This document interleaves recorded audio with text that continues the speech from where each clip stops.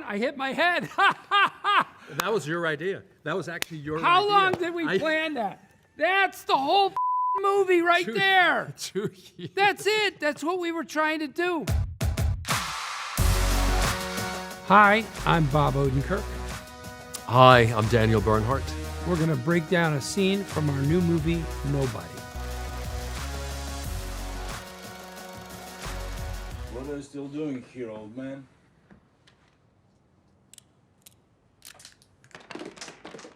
My character has been on a quest on this night where he's trying to get revenge for a home break-in.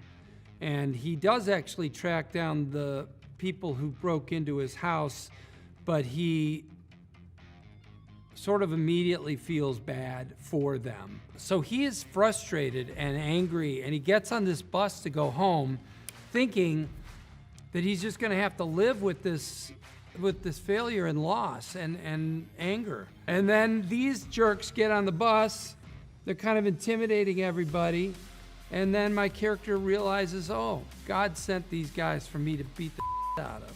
That ignites the whole rest of the movie, what he does here. Oh yeah. So he acts out on his violence, he finds reward in that, but in the end, it's actually causes him more trouble than, it's not just a satisfying residue. He's left with a bad situation because of what he does here, my character. I'm gonna f you up. I got it. I got it.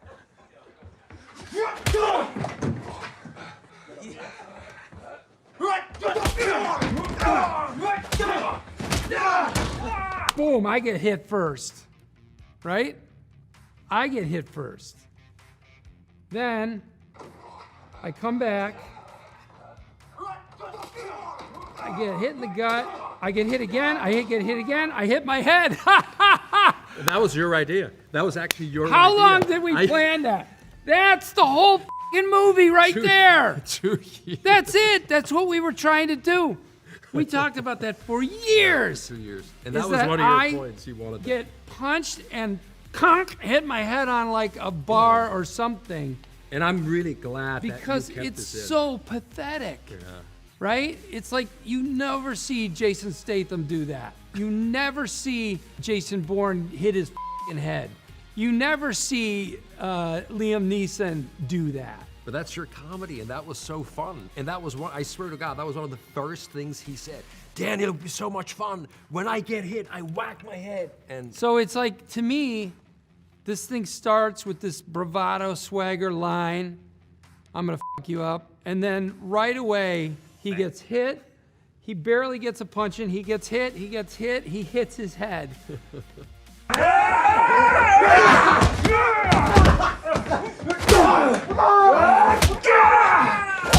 Kirk and I were fight coordinators, so we put the fight together, we choreographed the fights, of course, with our stunt coordinator, Greg Rementer, who was also the second unit director who actually shot the fight.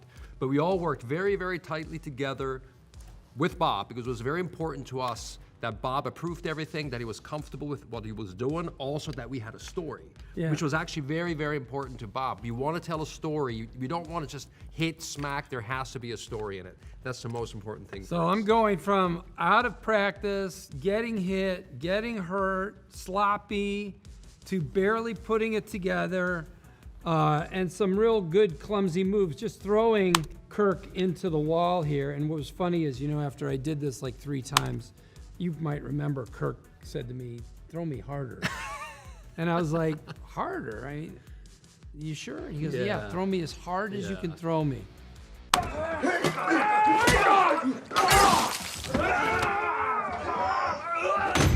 When I started to train Bob, we realized right away that he was very, very talented with choreography, that he actually picked up things very fast. We break down fight in sections. So we have section 1, 2, up to 10, whatever.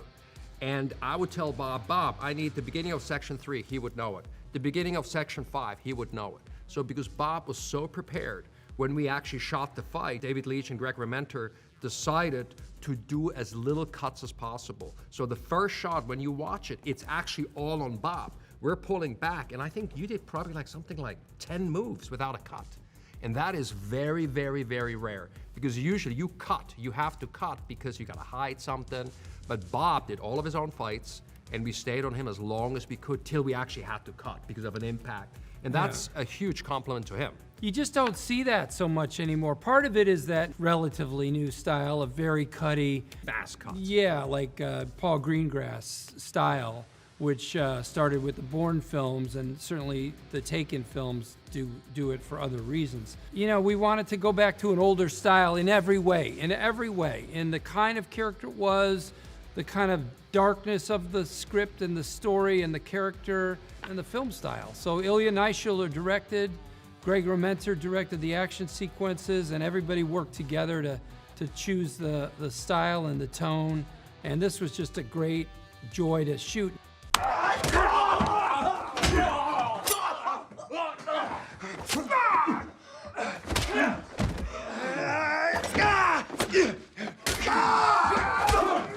It's actually hard to shoot in a confined space. Daniel, do you want to talk about that? Yeah, it was a little bit of a challenge, but we rehearsed this fight for months. So we were really, really prepared. So when we rehearsed it, we actually set ourselves a little stage that looked like the bus.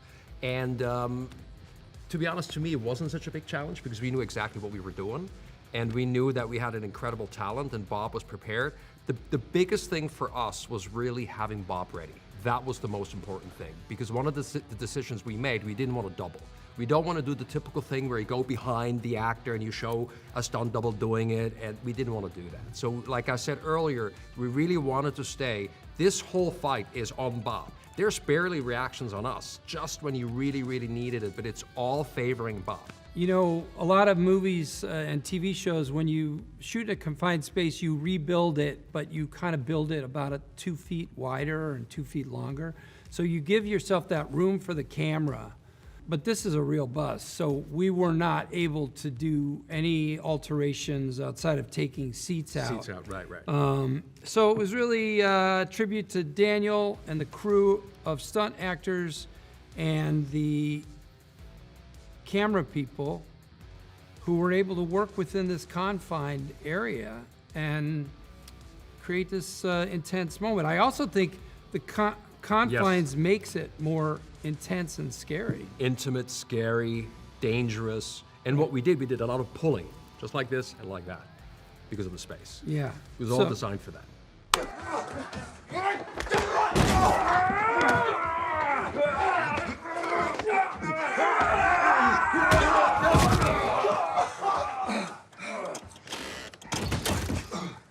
The bus fight scene in Nobody is kind of a huge deal to us. A core aspect of this whole effort was that I wanted to make a not ironic action movie, and I wanted to do my own fighting, and I wanted you to see that I was doing it, and I wanted it to be good, and I wanted the character to get hurt, and I wanted him to struggle in the course of fighting, because those are things we haven't really seen a lot of from action stars of the last few years. You could almost feel like they're a robot that fights and doesn't feel anything.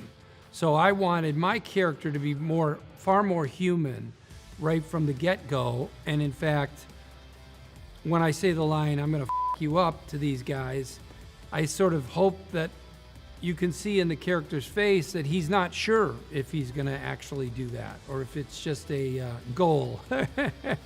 It's just his intention he's putting out into the universe. So we wanted to show this slightly different spin on a action hero, somebody who's more human, Wonderful. And somebody who screws up, and I think hopefully somebody who doubts himself and who you doubt, who you, the audience, go, I don't think he's gonna win this fight. That's not something you feel in most action films.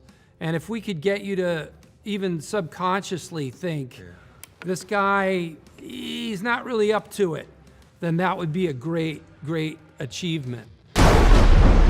When you left, you abandoned a certain debt that needs repayment. And your creditor is the winner of your resurrection. Thanks for watching us break down that cool scene from our super cool, amazing, awesome, kick-ass movie, Nobody.